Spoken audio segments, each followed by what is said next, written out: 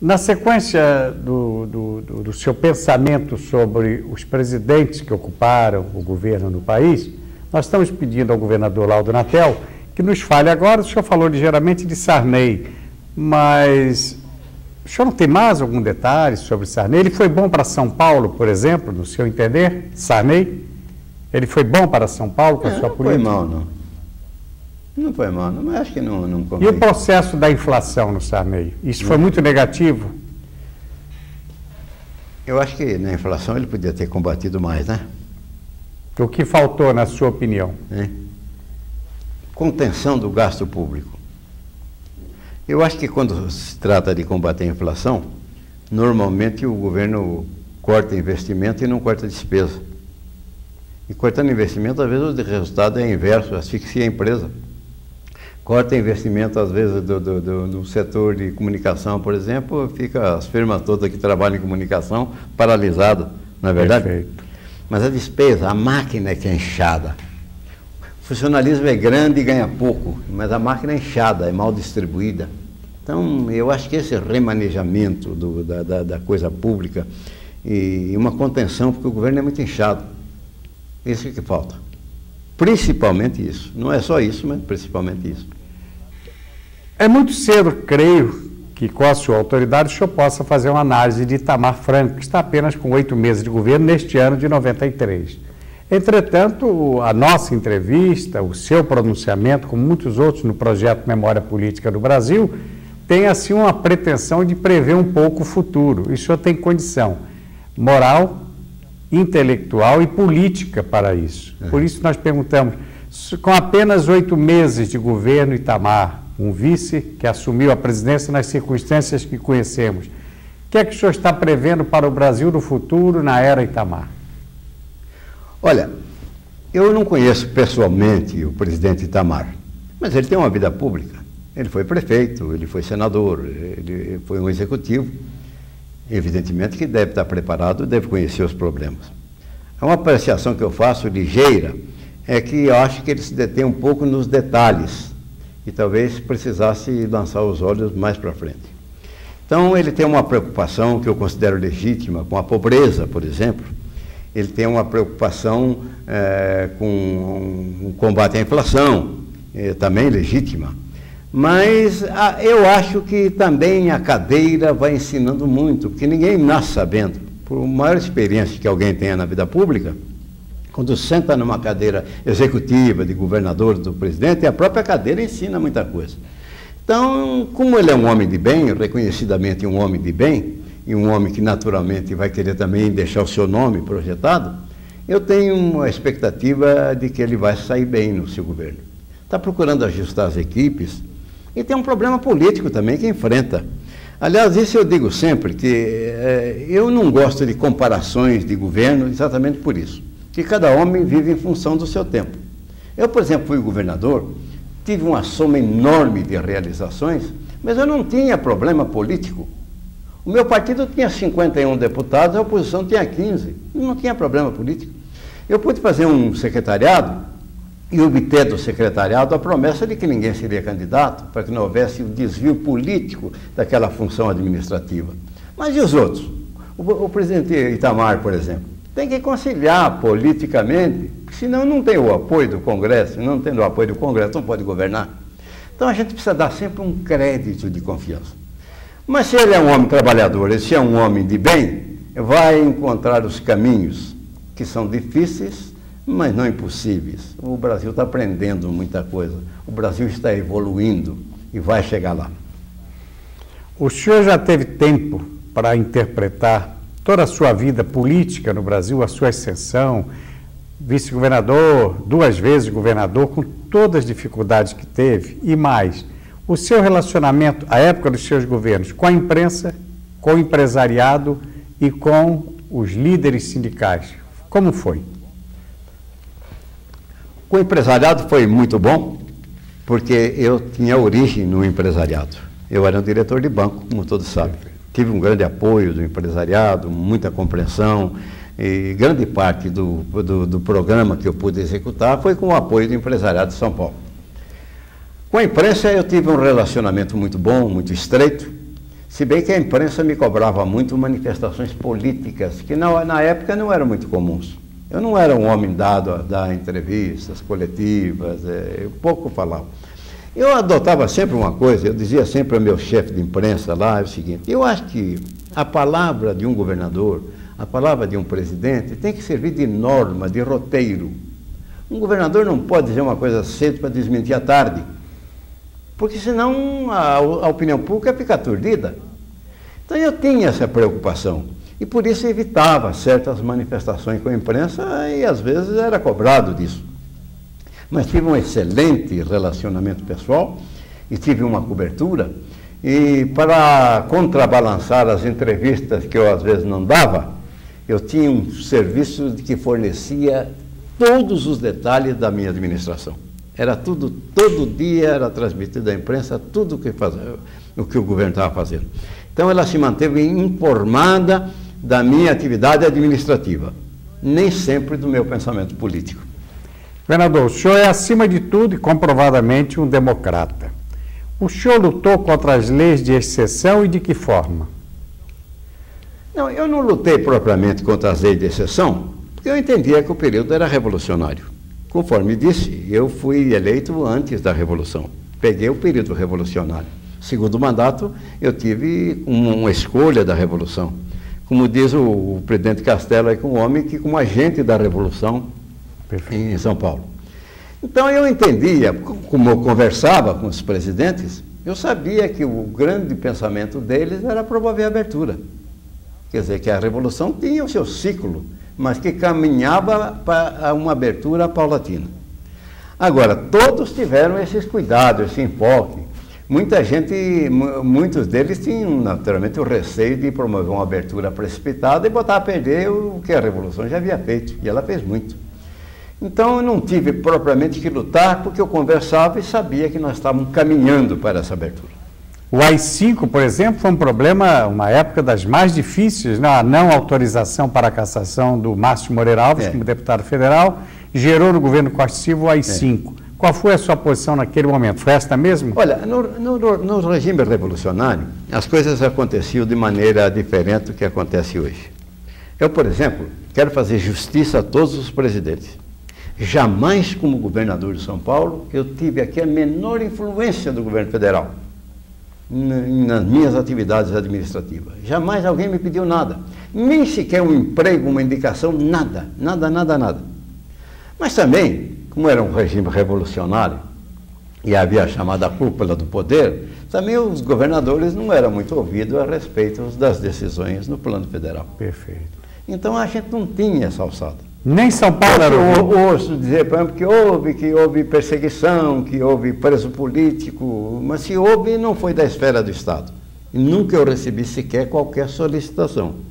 Mas tampouco eu fui ouvido para saber se devia editar um ato 5 ou outro tipo qualquer de providência, que era da chamada cúpula da Revolução, do chamado sistema. Era a expressão que se usava antigamente, o sistema revolucionário. Mas a repressão, a época do regime militar, foi muito dura em São Paulo, né, governador? Mas não, e o Estado estava totalmente afastado. O governo do Estado de São Paulo nunca tomou o menor conhecimento disso.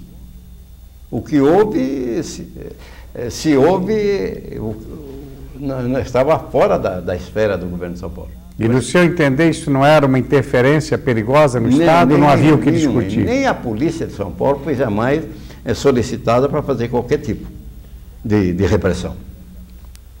O general Figueiredo, seu grande amigo, seu ex-comandante de polícia militar, presidente, como o senhor insiste, e é natural, a gente sabe desse respeito de ambas as partes, teve alguma influência, ou decisiva influência, nessa abertura política? O senhor fez uma referência há pouco a ela.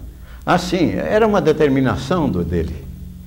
O general Figueiredo pensava sempre na abertura política, que ele pôde realizar. Ele pôde promover essa transição. Ele, na minha opinião, é um democrata e lutou muito por isso. O senhor sabe que o presidente da União Parlamentar Interestadual é autor de um trabalho, de uma frase que comumente nos acompanha nas nossas gravações de programas, do deputado Tonico Ramos, que é o Parlamento Forte, Povo Forte. O senhor há pouco fez referência de que na sua administração, além do mais, o senhor pôde realizar um bom trabalho, porque o senhor tinha uma maioria substancial na Assembleia com 51 deputados. O parlamento em São Paulo sempre foi, a nossa Assembleia é muito forte, composta de homens muito competentes e nos parece amantes de São Paulo. No âmbito federal, nesse ano de 93, com um Congresso que foi tão forte, poderoso e importante na cassação, pela primeira vez, de mandato de um presidente com impeachment, e que vive envolto nesse ano de 93 com escândalos, problemas que envolvem algumas das suas figuras. Como o senhor olha o parlamento do Brasil? Ele é forte? Olha, o parlamento é forte. E eu acho que esse episódio do impeachment do presidente já provou a força do parlamento. Eu acho que ele pode ser melhorado. Eu não sei, eu acho que o sistema de representação teria que ser um pouco modificado. Eu acho que o deputado, quando se elege, veja bem, que sem criticar ninguém, mas alguém que tenha bastante dinheiro e queira se eleger deputado federal, acaba conseguindo se eleger. Eu conheço numerosos casos aqui de São Paulo de gente que jamais pediu um voto, fez campanha, foi a um palanque e se elegeu deputado. Porque com o dinheiro faz aquela chamada dobradinha com os candidatos locais, com os deputados, etc., e acaba se elegendo. Então, eu acho que um avanço seria o voto distrital. Muita gente critica o voto distrital. Eu sou altamente favorável. Porque o candidato tem que sair do distrito, ele é conhecido no distrito. Se nós vamos eleger se eu vou eleger um candidato aqui do meu distrito, eu sei de tudo a respeito dele. E se não souber, é muito fácil eu me informar a respeito dele. Ele mora no meu distrito. Pode cobrar. Pode cobrar. E depois de eleito, ele também tem satisfações a dar ao seu distrito. Então, o federal hoje, a quem ele deve explicação das atitudes dele? A ninguém. É um voto diluído. Vai numa cidade, por exemplo, em qualquer cidade do interior de São Paulo, você verifica que todos os deputados federais foram votados naquela cidade. Um voto, 2, ou 10, ou 20. Um porque teve um parente, outro porque teve um amigo, outro é por uma questão classista, né? Então, o voto distrital seria uma melhoria. Eu acho que o parlamento podia ser melhorado de qualidade. Eu já não diria só de qualidade intelectual, porque é claro que o parlamento tem que ser a média do povo, mas eu acho que ele devia sentir um pouco mais a responsabilidade, tendo a quem prestar conta. Por isso eu defendo o distrito. Mas o senhor é um homem tão equilibrado, competente, respeitado pela opinião pública e pelas autoridades de todos os setores de atividade do Brasil. Com tanta vitalidade, por que o senhor não se lança a esta luta, esta batalha cívica pelo Brasil, dentro desse seu raciocínio, nesse momento em que saímos de um plebiscito e estamos nos preparando para uma reforma constitucional? Veja bem, Saulo, eu não abandonei a política, eu abandonei a disputa dos cargos públicos. Eu costumo dizer aos meus amigos que eu considero política obrigação. Eu não admito que alguém diga, eu não tenho nada a ver com isso, eu não tenho nada a ver com a coisa pública, isso não me diz respeito. Ela diz respeito e de perto a todos nós.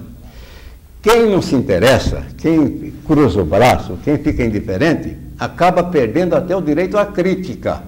Como é que eu vou criticar uma coisa que eu não ajudei ou permiti que acontecesse?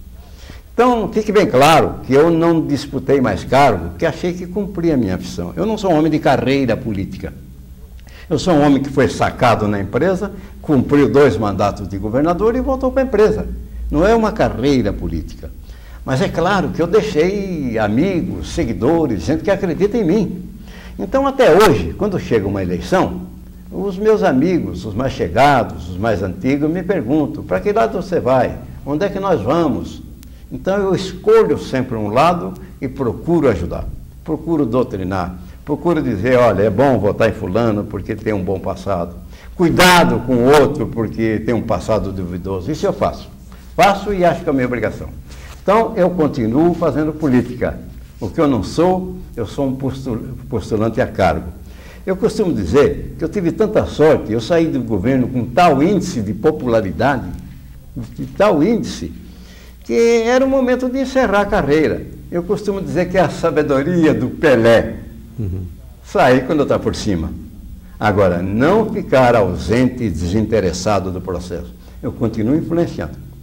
Eu disse há pouco que eu ajudei o Collor, eu ajudei o Fleury, o governador Fleury, eu arregacei a manga. quando eu achei que a coisa estava difícil para ele, e fui naquele reduto que me parecia o mais difícil e fui ajudá-lo. Desinteressadamente, porque eu não faço política, eu não quero cargo na vida pública, eu não vou indicar ninguém, mas o que estava em jogo era o meu Estado. E eu tinha obrigações e eu cumpri a minha obrigação. E já que o senhor falou em Fleury, nesse ano de 93, nessa luta interna, o que está ocorrendo no PMDB, com quem o senhor prefere seguir? Com Fleury ou com Quércia? Olha, eu sou amigo pessoal dos dois. Ajudei o Fleury, como eu disse há pouco, que inclusive é um homem da minha região, lá no interior de São Paulo, mas não é por isso, não é pelo lado sentimental, porque via nele qualidades para ser o governador de São Paulo. E convivi muito com o Quércia, porque o Quércia foi prefeito de Campinas à época em que eu fui governador.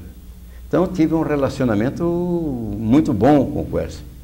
Agora, o problema deles, eu acho que é de economia doméstica. Como eu não sou do MDB, eu acho que eles têm que resolver.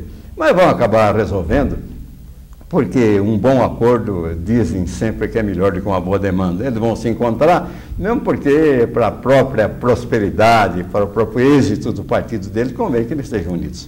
A propósito, nós já estamos, embora muitos reconheçam, está muito longe, há 1 ano e meio de uma eleição presidencial, e talvez a mais importante eleição seja de 94, mas o senhor tem na luta Lula, Quércia, Antônio Carlos Magalhães, Paulo Maluf, o próprio Fleury, constantemente citado. O senhor, com a sua boa cabeça e competência, tem uma ideia mais ou menos para onde São Paulo caminha, ou com quem o senhor caminharia? Olha, sem descer a nomes, você está citando nomes, nesse elenco que você viu, há bons, há regulares e há péssimos.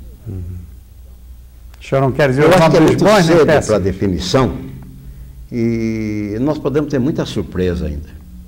Aqui em São Paulo, por exemplo, dos nomes que você citou, tem uns 2 ou 3 de São Paulo. São Paulo tem o maior eleitorado do Brasil, mas aí já está a divisão. Perfeito. Então, o que pode acontecer numa futura campanha é aparecer um nome que ninguém espera, como apareceu do Collor. E fora de São Paulo. Por ser novo e por não estar marcado também nas contingências políticas.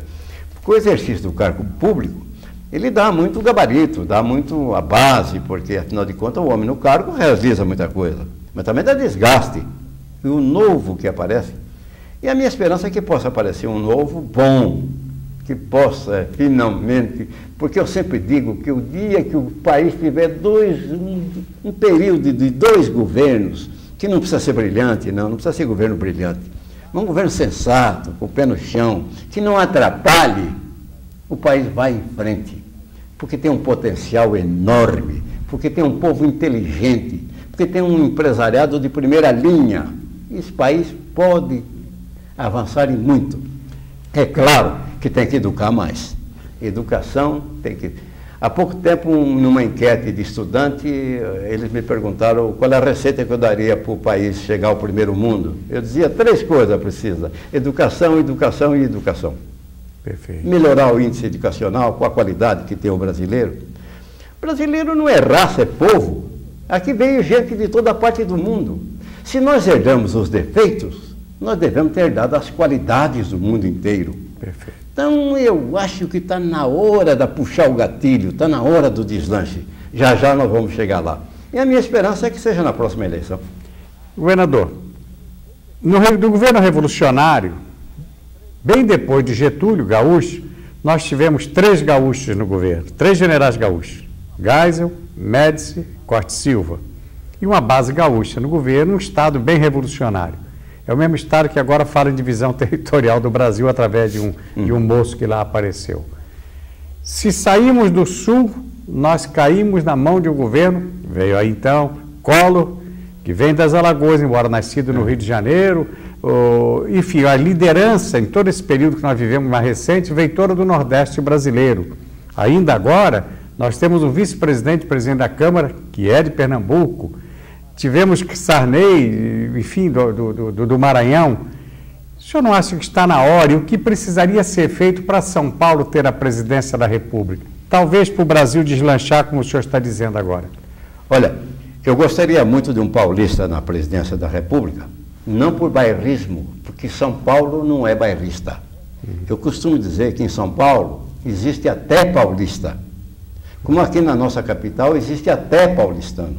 Nós somos uma amostragem de Brasil. Aqui tem gente de toda parte do mundo e gente de todos os lugares, eu não diria todos os estados, de todas as cidades do Brasil. Perfeito. Tem aqui em São Paulo. Eu gostaria de um paulista, porque pela situação econômica de São Paulo, que contribui muito para o orçamento federal e tira pouco, o paulista, como não é um disputante normal de orçamento, ele dá mais equilíbrio na distribuição. Ele evita exatamente esse bairrismo. Eu sou de tal estado, então preciso canalizar recursos para tal estado. O paulista, por isso não. Agora, gostaria de ter um paulista de qualidade. Para ter qualidade duvidosa, eu preferia que fosse um bom de outro estado. E nenhum desses postulantes por São Paulo tem essa qualidade, na sua opinião?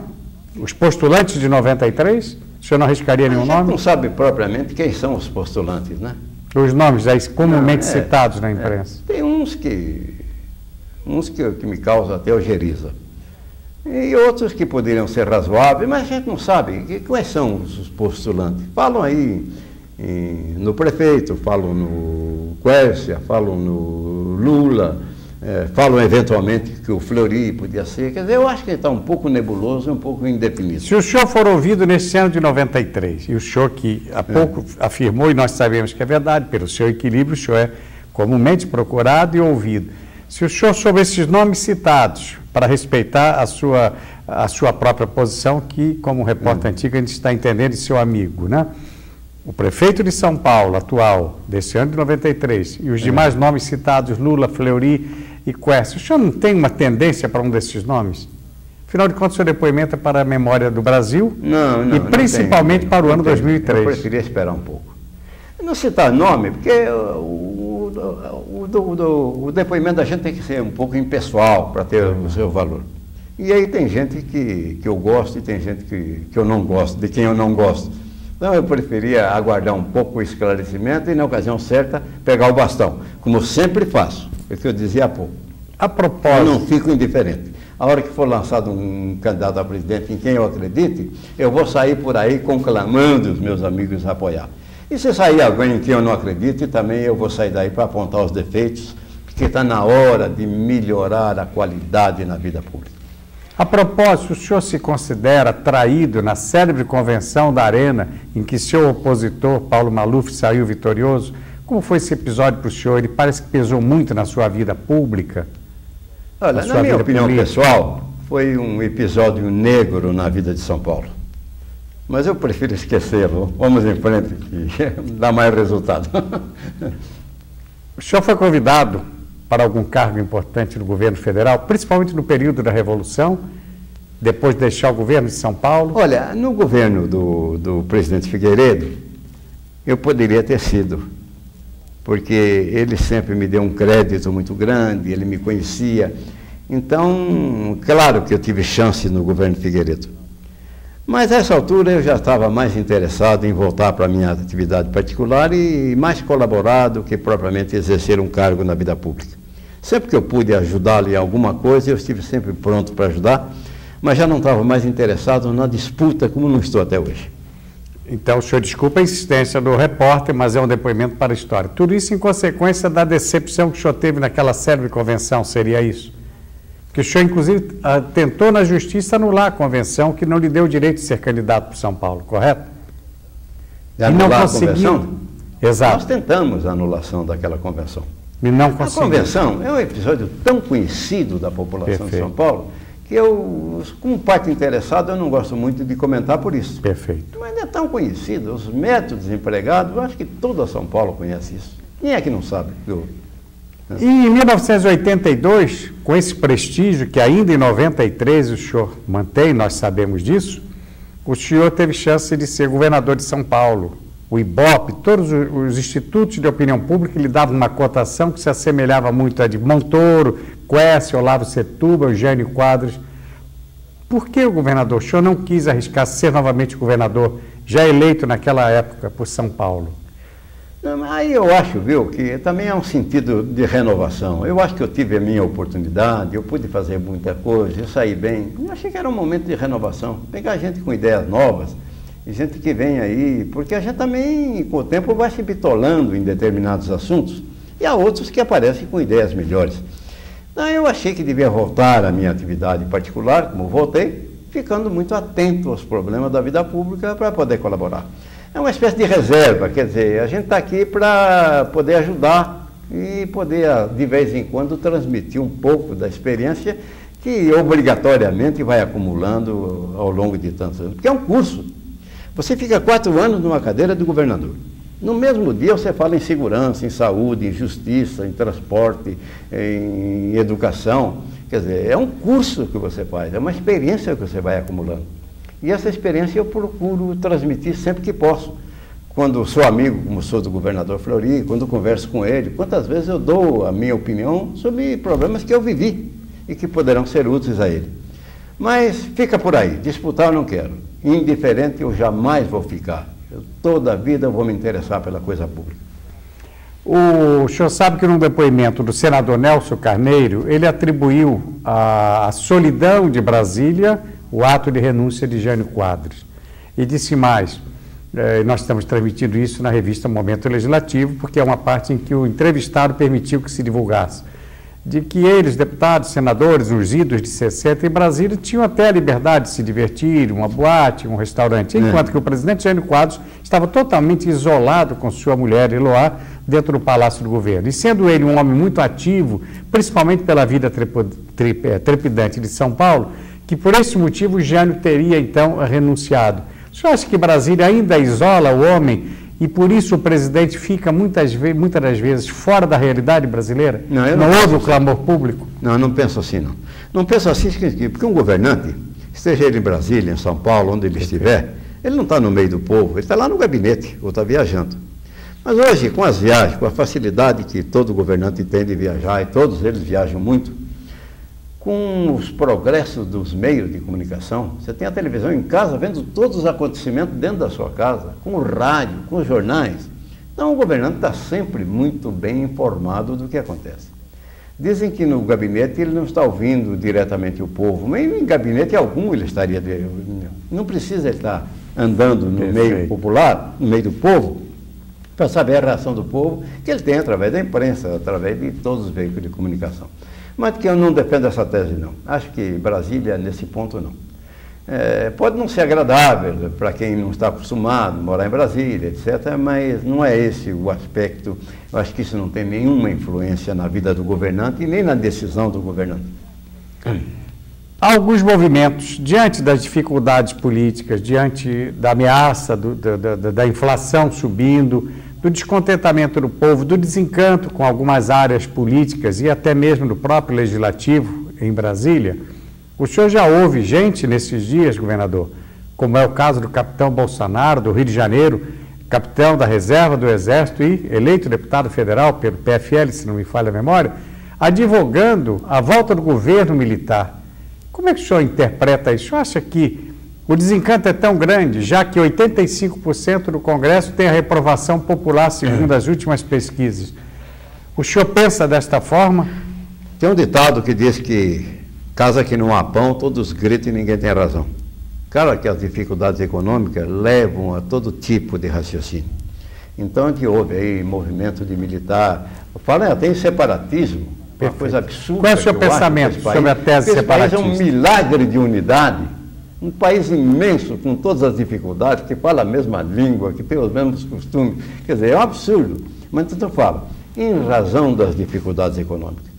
Eu acho que a gente tem que persistir um pouco no combate dessa malvada inflação que vai corroendo e debilitando o organismo econômico do país, né? E tem que partir para um processo de desenvolvimento onde essas coisas todas serão esquecidas. Ninguém deseja nada, ninguém deseja a volta de regime militar, como essa bobagem de separatismo que anda por aí. Eu acho que é uma questão só econômica. Acertou a economia e para isso eu digo sempre, não precisa governo brilhante, não. Precisa governo determinado, capaz, correto e que tenha a vontade política de realizar. Neste ano de 93, nós estamos há 1 ano e meio apenas de uma eleição. O senhor pretende fazer uma cruzada pelo Brasil com esse seu pensamento, sua altivez, essa competência? para mostrar aos moços. Sabe, Saulo, eu sou um homem que ainda profissionalmente eu trabalho muito. Eu sou aposentado pro forma, que eu trabalho muito. Eu até hoje sou dirigente de empresa e trabalho muito. E com as obrigações que eu tenho limitações de tempo e eu tenho certa dificuldade. Por outro lado, eu também não sou um homem rico. Eu sou um homem que toda a vida trabalhou e o pouco que tem é resultado de economia, de ordenado. Eu não sou um homem rico. De modo que a minha atuação é limitada e ela se dá mais aqui no território de São Paulo. Eu tenho um hábito que eu conservo há mais de 30 anos. Eu visito semanalmente o interior de São Paulo. Toda semana eu vou para o interior. Cada semana eu vou para um lado. Tenha ou não tenha o que fazer. Normalmente eu tenho, porque eu sou diretor de empresa, eu tenho os assuntos de interesse. Qual é o seu ramo de atividade nesse? Mas independente da minha empresa, eu não sei, eu toda semana vou para o interior. Eu me mantenho informado do que os homens estão fazendo, do que os homens estão pensando. Então, quando chega uma ocasião como essa, a hora que definir esse quadro, eu não vou ser peça para a decisão, mas vou ser peça para ajudar a carregar o andor, isso eu vou. Então, eu vou escolher meu rumo e vou fazer tudo o que puder. No interior, no bairro, na casa, onde eu puder. Eu não estou ausente da política. Agora, se você perguntar, você quer ser alguma coisa? Isso eu não quero. Quer ser governador de novo? Não quero. Presidente? Não quero. Senador? E legislativo, muito menos, porque eu não tenho vocação legislativa. Né? De modo que o meu problema é apenas de ajudar. O senhor continua com essa sua ligação muito importante com o interior. E nós sabemos que, mais recentemente, o interior de São Paulo ganhou etapas de progresso bem maior que a própria capital. O senhor se considera um dos responsáveis por esse sucesso? Em boa parte, interior? Sim. Porque eu fiz um programa... Acontece comigo o seguinte. Eu disse que a primeira vez que eu assumi o governo, eu não conhecia nada de vida pública. Eu fiz um estágio dentro do governo. Felizmente, dada a compreensão, o apoio, a boa vontade de todo mundo, eu consegui me sair bem. Eu li ainda há pouco depoimentos aqui. A segunda vez, eu já voltei sabendo o que queria. Voltei sabendo o que queria, conhecendo o funcionamento da máquina, com programas dentro da cabeça. E houve uma circunstância. Eu fui escolhido muito antes da posse, quase um ano, talvez, antes da posse. Então eu pude sentar, eu pude selecionar equipes, eu pude selecionar grupos de trabalho. Eu entrei com o carro andando, eu não perdi um minuto. E esse programa de interiorização eu tinha sempre na cabeça. O meu suporte era a agricultura. Eu sempre achei que quando a gente faz uma sadia política de agricultura, a gente não está fazendo a agricultura, não é só jogar a semente na terra, não é só o clima. A agricultura, para ser bem feita, ela requer uma série de coisas, de infraestrutura. Você não faz agricultura sem estrada, você não faz sem saneamento, você não faz sem escola, você não faz sem financiamento, você não faz sem armazenamento. Então, esse conjunto de coisas foi desenvolvendo o interior. Então, eu comecei a pedir à empresa que olhasse para o interior sem artificialismo. A função do Estado era apenas de ajudar. Se você quer montar uma indústria em determinado lugar, não vai porque não tem estrada, eu me proponho, eu faço a estrada. Você não vai porque não tem energia, eu levo a energia, eu levo o saneamento, eu levo a educação. Essa função eu fiz. Eu dei guarida para todas as empresas que quisessem ir para o interior do Estado. Como eu comecei a perceber que as localidades mais próximas de São Paulo, Sorocaba, Campinas, Americana, São José dos Campos, tiveram um desenvolvimento extraordinário, então eu comecei a pensar também nas outras mais distantes. Havia o problema da distância. Eu levei a VASP para o interior, para suprimir o problema da distância. E hoje não há mais problema. Qual é o problema? Se eu estou lá no Confim, na Barranca do Rio, eu vou lá no Aurelião e falo com São Paulo na mesma hora, é um milagre da comunicação. Agora, como as grandes indústrias começaram a se interessar pelo interior, à medida que você bota uma grande, você atrai uma pequena. Às vezes até porque uma é complemento da outra. Você desenvolve o setor de serviço. Você pega uma cidade como Sorocaba, que tinha 200 mil habitantes, você passou a ter 400 ou 500, você precisa de mais médico, mais farmacêutico, mais homem no funcionalismo público, mais tudo. O setor de serviço também aumenta. E outra coisa, eu não me limitei ao empresariado aqui. Havia, na ocasião que eu era governador, 2 países que estavam em grande desenvolvimento, que era a Alemanha e o Japão. Então, até hoje. Então, eu achei que se eu pudesse mandar missões empresariais ao exterior, principalmente ao Japão, porque o japonês vinha aqui, ficava atordoado com a soma de oportunidades que ele tinha, mas não tinha uma fixação, ele não sabia com quem ele estava falando. Então eu fiz missões de empresários que iam conversar com os empresários de lá, propondo inclusive associações. O governo apresentava com o selo, dizia, este é bom, pode conversar com ele. Na verdade, trouxe inúmeras indústrias que se instalaram inclusive no interior de São Paulo. Então, a modéstia fica de lado. Se você pergunta se eu tive parte nisso, tive, digo, batendo no peito, e muita. Eu fiz muito pela interiorização. E o primeiro arranque foi dado, ele é irreversível. Hoje a indústria vai naturalmente porque ela já tem interesse. A estrutura está montada, o quadro já é muito melhor. O senhor fala de um episódio que nos permite pedir uma opinião sua. O Brasil precisa realmente de uma reforma agrária? Ou a colonização de algumas áreas seria melhor? Olha, a reforma agrária, até certo ponto, é defensável. Mas aqui em São Paulo, por exemplo, a reforma agrária se fez naturalmente pela sucessão. Né? E depois ela precisa ser feita com certos cuidados, porque não é todo sem terra que é agricultor. Assim como não é todo operário que é dono da fábrica. Perfeito. Às vezes você dá terra para um homem despreparado, porque despreparado ele não conhece os rudimentos da agricultura, ele às vezes não tem a alfabetização necessária, às vezes ele não tem o crédito necessário. Então, em certos casos, no caso de São Paulo, por exemplo, eu acho que a reforma agrária não adianta nem falar. São Paulo já está dividido, se anda todo o território do Estado, é um cultivo só, já está subdividido naturalmente, com tendências de certas culturas em determinadas regiões. Então, tudo que é feito com certos cuidados é bom. E até a reforma agrária tendo em vista a extensão do Brasil. Porque eu estou falando em termos de São Paulo, mas o Brasil é outra imensidão. São Paulo, com todo o seu tamanho, é apenas 3% do território nacional. Governador, o senhor viveu nessa sua intensa e bonita vida pública, né? Episódios e ouviu campanhas sérias. E volta mais uma vez a se falar do drama da seca do Nordeste. O senhor tem uma receita para resolver aquele problema? É desvio do dinheiro público? É falta de vontade política dos nordestinos, dos dirigentes do Nordeste? O que é, enfim, na sua opinião? Existe ou não a seca do Nordeste como indústria?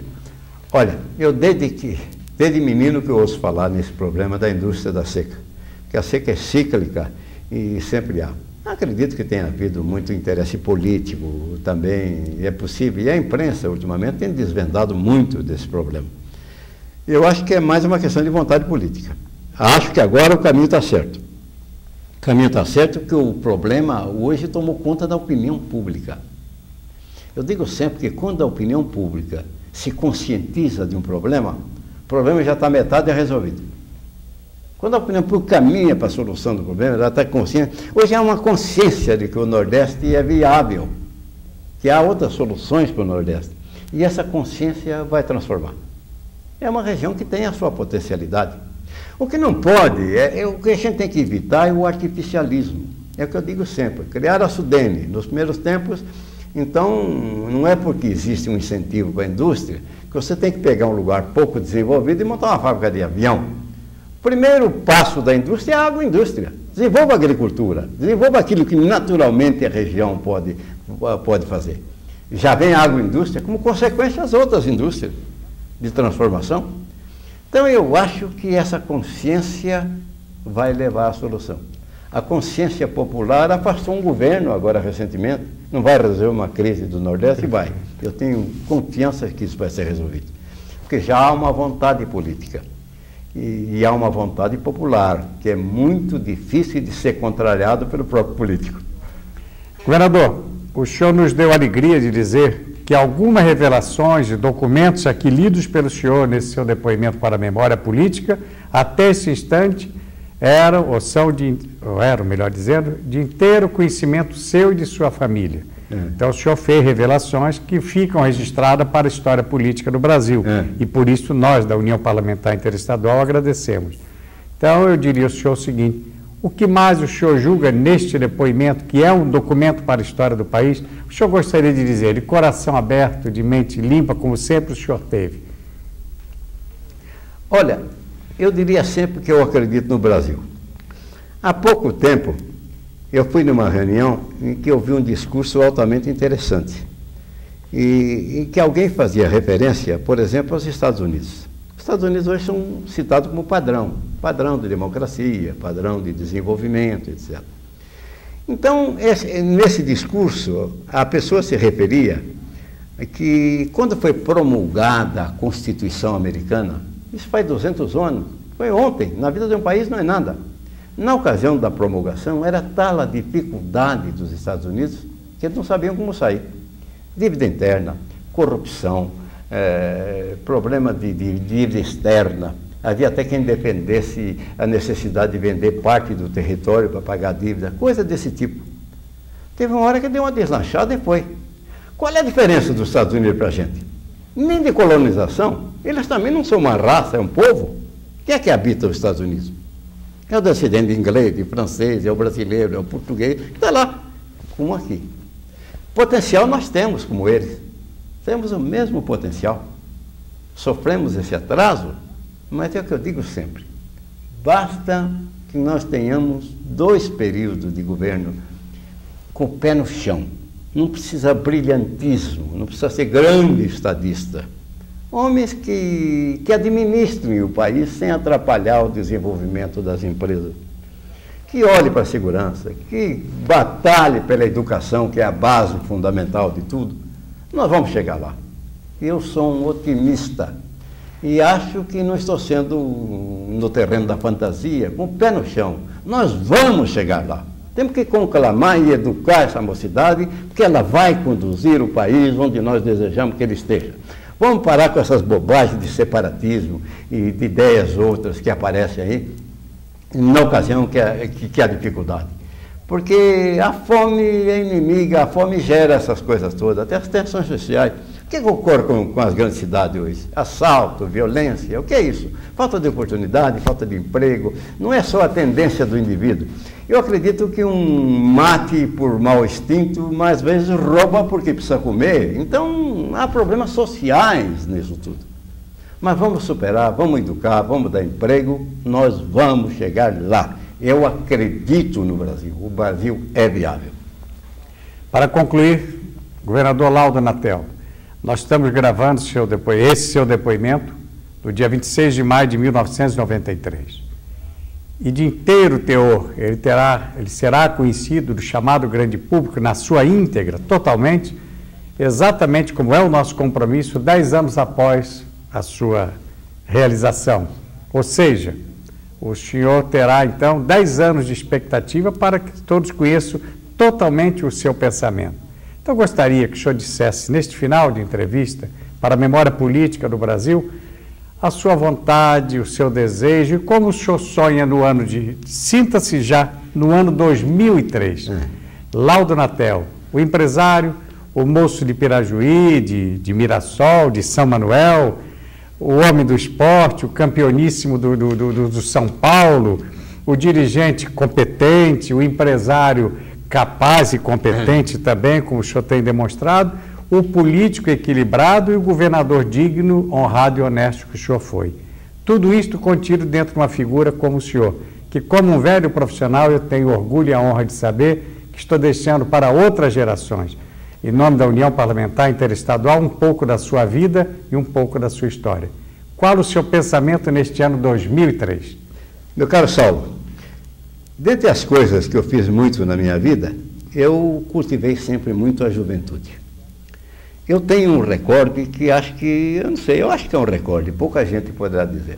Eu paranivei tanta turma de estudantes, nesses anos todos de vida pública, que pelos meus cálculos eu tenho aproximadamente 100 mil afiliados de formatura. Olha, não estou falando uma bobagem. Tenho 100 mil afiliados de formatura. Eu convivi com essa juventude.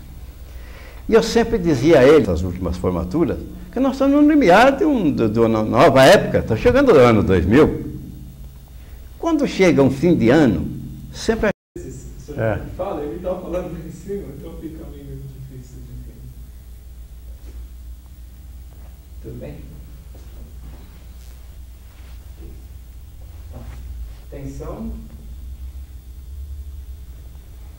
Tensão.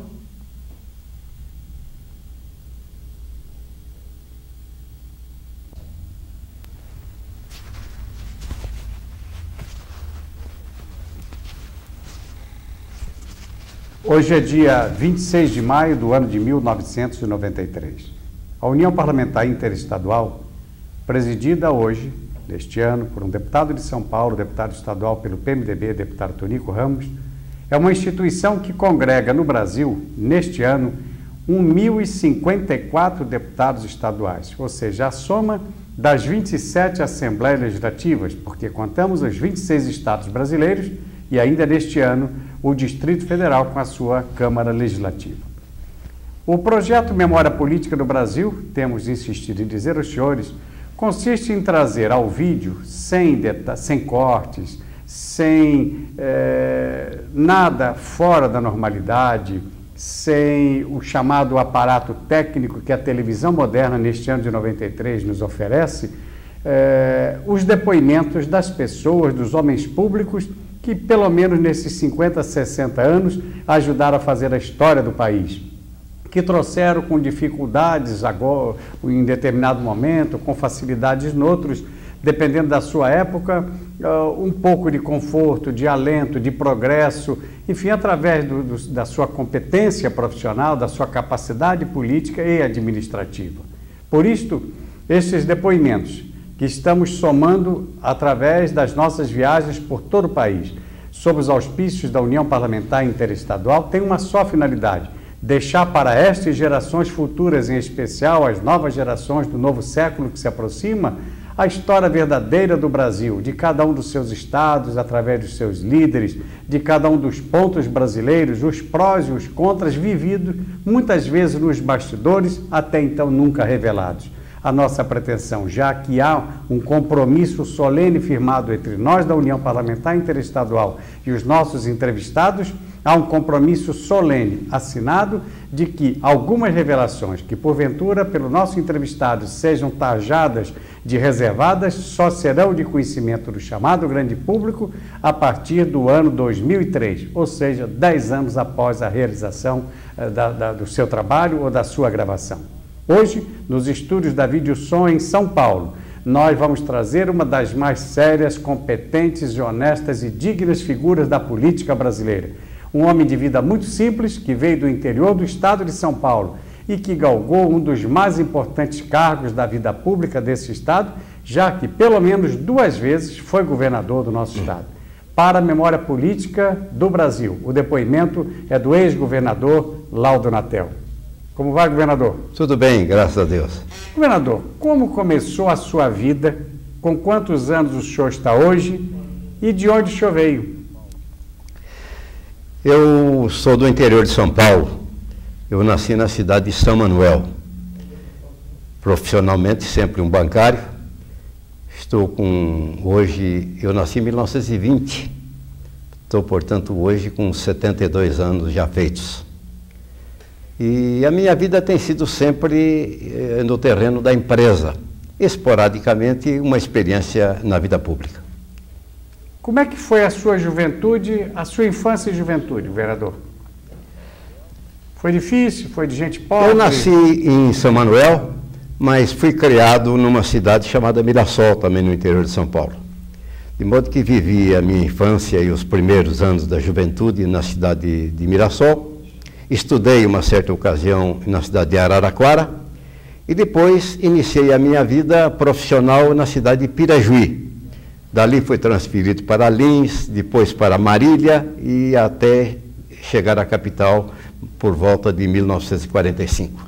Quando foi o seu primeiro emprego e onde? Foi em Pirajuí? Eu sou profissionalmente um bancário. Eu iniciei as minhas atividades como bancário num ano que já vai distante, 1937, Portanto, eu tinha 17 anos de idade, na cidade de Pirajuí. E fui, naturalmente, galgando todos os postos da carreira, até que, por volta de 1950, já residindo em São Paulo, e pertencendo a uma organização que tem por norma o aproveitamento dos seus próprios funcionários nos cargos de direção executiva, eu, de bancário, passei a ser diretor de um banco.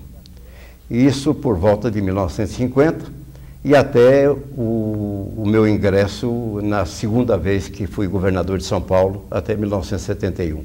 Eu fui, portanto, sou bancário hoje com mais de 50 anos de experiência bancária e durante 25 anos, talvez, eu fui diretor de um banco, mas sempre preservando essa qualidade da qual eu me orgulho muito de ter sido um bancário. No decorrer da história da sua vida, nós vamos falar do Laudo Natel bancário, do Laudo Natel político, do Laudo Natel esportista, o homem, presidente de entidade esportiva, principalmente do seu São Paulo, etc. Né? Então, para procurar manter uma certa sequência, nós perguntaríamos, por que em Mirassol? Foi o melhor momento da sua vida, melhor dizendo? Foi em Mirassol, foi em Pirajuí, quando moço? Porque em Mirassol, inclusive, guarda com muito orgulho a fotografia sua no Museu da Cidade no 3º ano primário. Alguma coisa especial nesse sentido? Eu tenho a impressão não, eu tenho a certeza que toda fase da vida tem o seu encanto. Naturalmente que a minha infância foi uma infância feliz, como decorre a infância da maioria das crianças. Eu tive uma juventude muito feliz. Mas um homem de origem muito humilde, naturalmente experimentou muitas dificuldades na infância e na juventude. Então era uma fase de plena saúde, uma fase de muita alegria, mas de severas limitações até pelo aspecto financeiro. Posteriormente a gente vai se consolidando na vida e vai adquirindo uma certa autonomia também no terreno financeiro.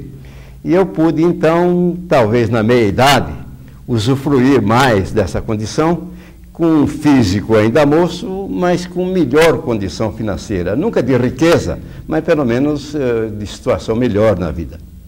E posteriormente, quando a idade vai avançando, a gente vai descobrindo sempre novos encantos.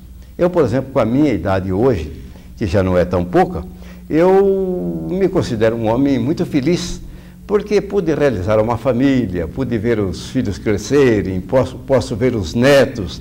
Então dá um sentido, não de realização, porque eu não acredito em homens realizados, mas um sentimento, pelo menos, de cumprimento do dever, da gente ter feito as coisas da melhor maneira possível na vida. Então eu responderia a você que, a despeito de todas as lutas e de todas as dificuldades, todas as fases da minha vida, felizmente, foram muito boas. Eu tive uma infância muito boa no aconchego da casa dos meus pais, eu tive uma juventude feliz e eu tive uma maturidade também muito importante no seio da minha família, que tem sido fonte para mim de todos os incentivos daquilo que eu tenho feito na vida pública e na vida particular. O senhor já está casado há quantos anos? Precisamente há 50 anos. 50 anos? Eu este ano vou para as bodas de ouro. Bodas de ouro? Exatamente. Isso aí é gratificante para nós. No instante que o senhor está no ano exato dos seus 50 anos de casamento, o senhor deixa para nós, para o Brasil, a importância de um depoimento como este. Porque nós estamos também, como velho profissional de imprensa, eu particularmente, eu sou muito agradecido à União Parlamentar Interestadual por estar tendo esse privilégio de ouvir o senhor num ano tão importante, deixando para a memória do país o seu depoimento. Mas pode falar, governador. Eu agradeço muito a sua manifestação, mas gostaria de fazer um pequeno adendo. Como eu disse inicialmente, eu sou um bancário que percorreu os vários postos da hierarquia bancária. E, finalmente, eu fui diretor de um banco. Como diretor de banco, e como decorrência do cargo de diretor de banco, eu tive outras atividades. Eu fui diretor do Sindicato dos Bancos do Estado de São Paulo, eu fui diretor da Associação Comercial de São Paulo e fui um homem também muito interessado em campanhas sociais. Eu promovi em São Paulo, ou participei, de numerosas campanhas sociais. E afora isto, eu sempre tive muito gosto pelo esporte. Você sabe da minha vinculação com o São Paulo Futebol Clube. Perfeito. Eu fui dirigente do São Paulo por 20 anos, sendo que desses 20 anos, 14 anos eu fui o presidente do São Paulo Futebol Clube.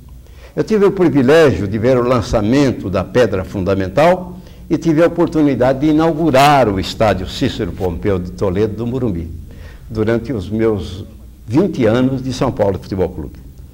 A soma disso tudo, o fato de ser conhecido no meio bancário por ser diretor de banco, o fato de ser conhecido no meio comercial, através da associação comercial, do qual eu guardo grandes recordações, o fato de ter sido diretor do sindicato dos bancos, e essa projeção que dá um clube de futebol, e também as campanhas sociais, fizeram do meu nome um nome conhecido no estado de São Paulo. Daí a razão, Brasil, talvez, que eu atribua hoje ao interesse do antigo Partido Republicano em me lançar na política. A política nunca esteve nas minhas cogitações. Eu, até o cargo de vice-governador, jamais fui candidato sequer a vereador da minha cidade natal. Nunca eu participei de atividade política. E foi uma enorme resistência que eu tive para ingressar na política, porque eu achava que não era o meu campo, não era a minha atividade e não era o meu ideal àquela altura. Mas, afinal, acabei concordando e acabei vice-governador do estado. Numa circunstância muito interessante. Como é que foi essa eleição? Porque, antigamente, pelo menos no ano que eu disputei, as eleições eram diretas. Mas o vice não era atrelado ao governador, não era companheiro de chapa do governador. Cada governador, cada candidato tinha o seu vice. E eu saí, por absurdo que isso possa parecer, vice em chapa própria. E eu fui candidato avulso ao cargo de vice-governador. Disputavam naquele ano o Ademar de Barros, o Jânio Quadros, o José Bonifácio Coutinho Nogueira, cada um com seus vices, e eu vice independente. Por força dessa popularidade que eu tinha em São Paulo, e por força da generosidade desse povo de São Paulo, eu acabei tendo uma grande votação. 1 milhão? Numa época em que o eleitorado era pouco mais de 3 milhões de votos, de votantes, eu tive 1.200.000 votos e me elegi vice-governador, sendo o governador eleito Ademar de Barros. E aí entra a curiosidade. Depois de eleito vice-governador, eu fui convidado, certa ocasião, para ir à casa do governador. Ele me recebeu na casa dele. Sabe com que finalidade? Para conhecer o vice-governador. Não conheciam? Nós não nos conhecíamos, a não ser por referência e por atuação na própria campanha. Mas o primeiro contato direto que tivemos, conversando, governador e vice, foi depois, exatamente, da minha eleição. E como é que foi esse papo? O senhor lembra? Como é que foi? Os cumprimentos naturais, formais, e aí o que é que o senhor conversou com o governador? Ele tinha curiosidade de saber por que eu tinha ingressado na política, quais eram os meus planos na política, quanto eu havia gasto na campanha, essas coisas curiosas. O senhor lembra quanto o senhor gastou? E há pouco tempo ainda eu recebi uma fotografia desse encontro, que foi presenciado por várias pessoas que eram da equipe do governador, e que lamentavelmente eu estava verificando ainda há poucos dias, estão todos falecidos. Eu estou aqui como remanescente para contar essa história. Diga uma coisa, e durante o tempo de governo de Ademar de Barros, até a sua cassação, que nós vamos falar mais adiante, qual foi o seu relacionamento com o governador durante todo aquele tempo? O governador não tinha nenhum compromisso porque o vice não era o vice dele. Ele tinha um outro candidato a vice-governador. Então, como vice-governador, eu não tive nenhuma atuação na vida pública, a não ser no contato direto com o eleitorado. Eu não tinha sequer gabinete, um vice-governador que não teve gabinete. Com o decorrer do tempo e pelos contactos, eu me tornei um amigo do governador. Nós fomos muito amigos, mas eu não tinha atuação política. Então eu aproveitei esse tempo, eu que vinha de grande popularidade já pela própria eleição, e comecei a visitar as minhas bases. Porque aí, a essa altura, eu já estava com o pensamento voltado com a possibilidade de disputar o governo. A mosca já tinha mordido. Exatamente. Então, eu percorri todo o estado e tal. Em determinadas ocasiões, eu prestei algum serviço ao governo, seja representando o governador ou em alguma incumbência, mas de ordem específica. Como vice-governador, eu costumava dizer sempre que vice-governador é uma espécie de estepe de pneu que às vezes não fura, né? Então eu aproveitei essa oportunidade para um contato, para conversar com a população e para me enfronhar um pouco da vida pública, já que eu iniciei como vice-governador e não tinha nenhum contato e, consequentemente, não tinha nenhuma experiência. Um pouco mais adiante, nós vamos querer que o senhor nos explique como o senhor chegou ao governo do Estado em substituição ao caçado Adhemar de Barros. Mas, para não perder a oportunidade da sequência, o senhor fala que o vice-governador é um estepe de pneu que às vezes não fura. Mas no caso do Adhemar de Barros, o pneu furou. Olha, o Adhemar, ele foi um dos líderes da Revolução, todos sabem disso. Mas houve uma certa altura, era o presidente Castelo Branco, que eles se desentenderam, eles não tinham mais um relacionamento. Eu me lembro até de um episódio, numa ocasião, o presidente visitou uma hidrelétrica que estava em construção e o governador não compareceu, pediu que eu fosse. E eu fui e representei o governo porque o Adhemar de Barros, a essa altura, já não se entendia bem com o presidente Castelo Branco. Até que em 1966, quando as coisas recrudesceram, o Adhemar foi cassado. Mas aí há um episódio que eu faço questão de contar, porque o grande público não conhece, quase ninguém conhece. O Castelo Branco era um homem culto, inteligente, de grande austeridade e autoridade. Mas ele era um homem que falava por metáforas, ele não era muito fácil de conversar. Imagine que eu era vice-governador, isso no começo de 1966, em junho de 1966. Numa quinta-feira, se não me engano, ele me convidou para ir ao Rio de Janeiro. Ele estava no Palácio Guanabara. Me convidou para um encontro com ele no Rio de Janeiro. Fui lá, me apresentei, é a primeira vez que conversava assim com ele, e ele teve uma longa conversa comigo sobre os mais variados assuntos, sem declinar a razão do convite, porque eu estava lá.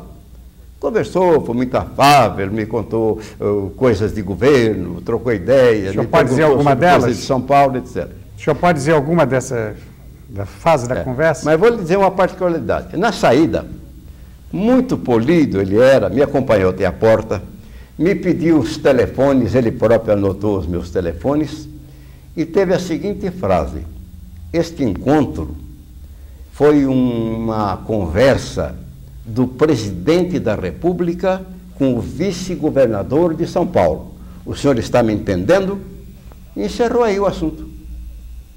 E eu saí de lá, porque a nossa conversa, falamos sobre política, sobre administração, sobre hidrelétrica, sobre o futuro do país, sobre tudo.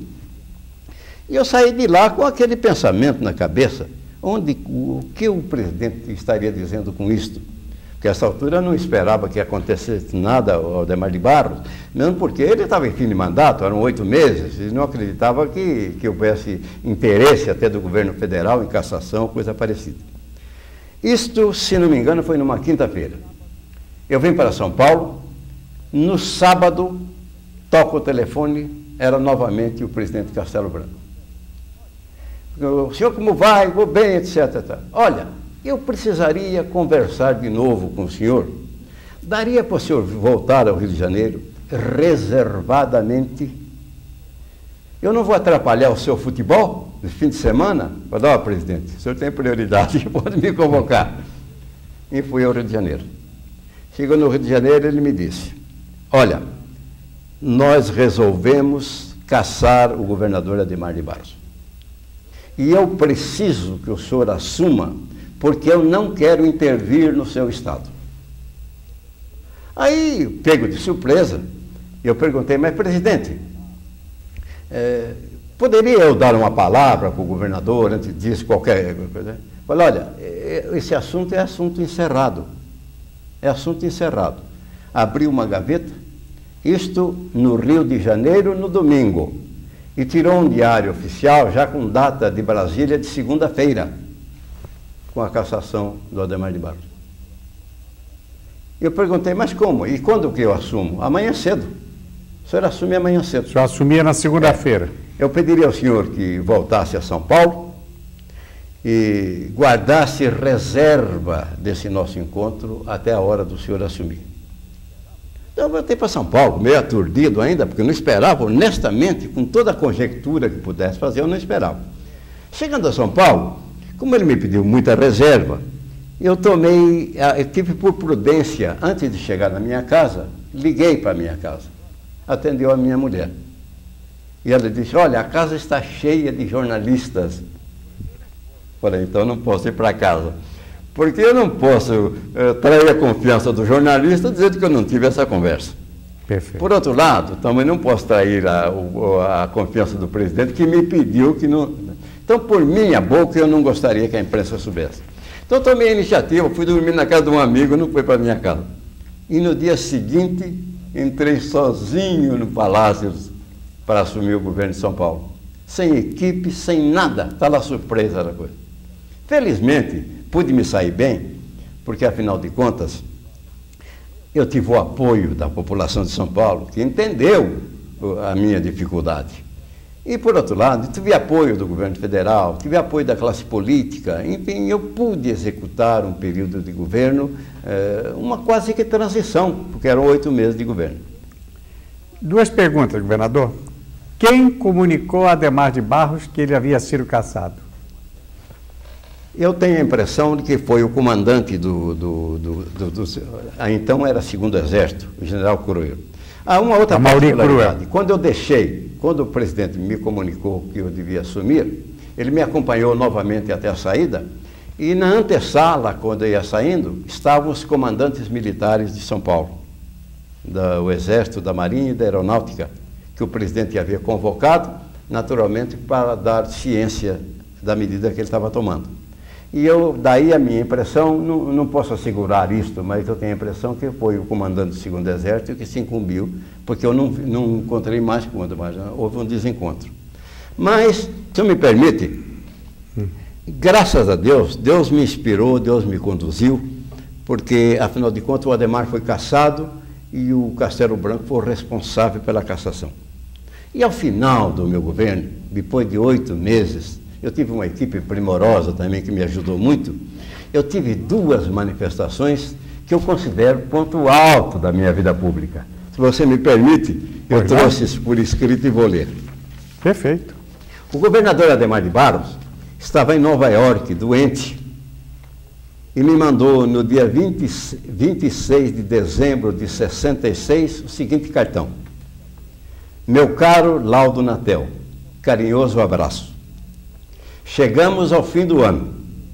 Você já completou os seus 6 meses de administração pública.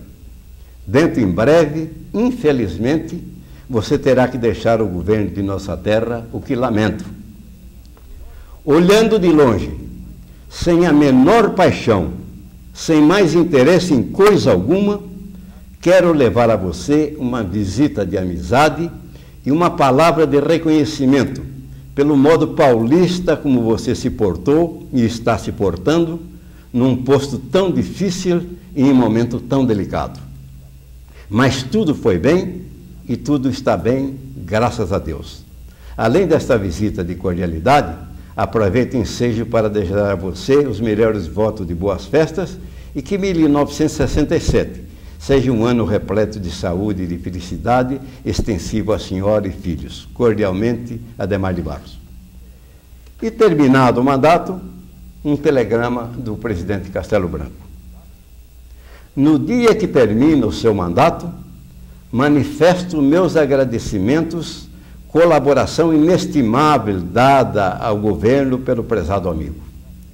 São Paulo hoje saberá expressar reconhecimento ao governador, que como agente da Revolução, ordenou suas finanças, restaurou a correção administrativa e iniciou decisivamente a volta do prestígio de São Paulo na Federação. Envio abraços, prezado amigo, e saudações, excelentíssima senhora Castelo Branco. São 2 documentos que têm para mim uma grande importância. Estava no fundo do baú. O homem que promoveu a cassação e o homem que foi cassado. Então eu pude executar o meu governo sem pisar em ninguém, porque eu não tinha contas a acertar com ninguém. Perfeito. E ao mesmo tempo pude declinar de uma honrosa incumbência que recebi. Porque eu costumo dizer, eu não sou um fruto da Revolução, porque a Revolução já me encontrou vice-governador. Mas eu não sou dos que atiram também pedra na Revolução. A Revolução teve pecados, como todo o regime tem. O senhor diria alguns? Ela avançou muito, ela podia ter parado já há mais tempo. Mas, de qualquer maneira, em matéria de desenvolvimento do país, ela prestou grande serviço. Então eu não atiro pedra, e eu principalmente, que convivi com o esforço dessa gente. Eu, por circunstâncias históricas, convivi com todos os presidentes da Revolução. E gostaria de deixar essa palavra também, porque há um momento em que todos atiram pedra. Hoje é feio ser revolucionário, como durante a Revolução foi bonito, todo mundo batia palmas à Revolução. Então, nem tanto ao mar, nem tanto à terra. A Revolução teve pecados, mas teve também grandes virtudes. O senhor diria algum pecado maior da Revolução? O senhor arriscaria? O pecado maior, na minha opinião, foi a continuidade. Porque eu acho que o presidente Castelo Branco, ele foi um homem que ele rompeu o gelo, ele quebrou muitos tabus, ele fez o papel do presidente revolucionário, com grande autoridade que ele tinha. Posteriormente, ele foi sucedido pelo Costa e Silva, que era um homem de outras tendências, um homem pessoalmente muito afável, um homem muito aberto ao diálogo, mas que teve, infelizmente, aquele problema de saúde. O presidente Médici foi um presidente muito atuante, em que, pese muita coisa que se fala dele, era um homem, inclusive, altamente popular. E, além de popular, ele viveu uma fase de grande euforia no terreno econômico. Então, eu acho que a Revolução devia ter terminado ali. O Médici no governo Médici ter proposto. No entanto, essa missão ficou para início do presidente Geisel, que anunciou muitas vezes que faria e acabou dando as primeiras coordenadas de abertura, que afinal foi feita pelo presidente Figueiredo. Voltando um pouco no tempo, comentava-se nos bastidores que Adhemar de Barros, depois de vitoriosa Revolução de 64, junto a Carlos Lacerda e o próprio general Mauri Cruz, comandante do 2º Exército, estariam conspirando pensando em derrubar Castelo Branco, ou seja, uma revolução dentro da revolução. Isto é verdade? O senhor teve conhecimento desse episódio? Não, eu já ouvi essa versão, mas não poderia afirmar. Eu acredito que não. Eu acredito que não. Porque o Adhemar, depois da cassação, veja bem, inclusive esse telegrama que eu li, esse bilhete que eu li, diz, olha, sem mais interesse em coisa alguma. Eu tenho a impressão que ele deu por encerrada a sua atuação política.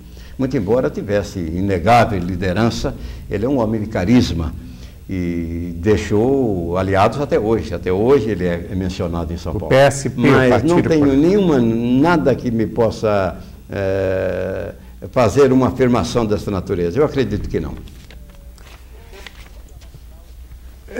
O senhor começou a analisar os presidentes militares.